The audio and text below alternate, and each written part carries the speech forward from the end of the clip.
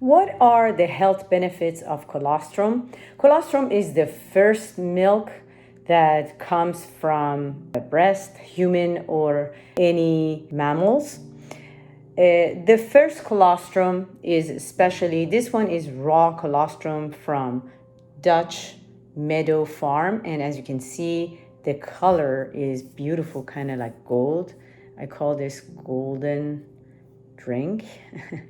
This one, if you ferment it and make Bravo yogurt with it, you bring all the immunoglobulin that is in here, lactoferrin. These are very important, strong molecules to boost your immune system, increase athletic performance, and it actually helps with the GI issues that you might have.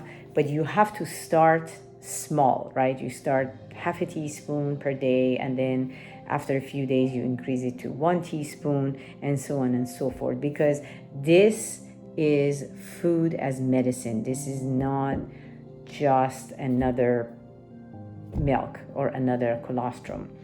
There are a lot of powdered colostrum out there. I want to say about 75-80% of them are completely rancid, and they are heat dried, and they don't have any superfood properties. So I prefer food closest to the nature as possible.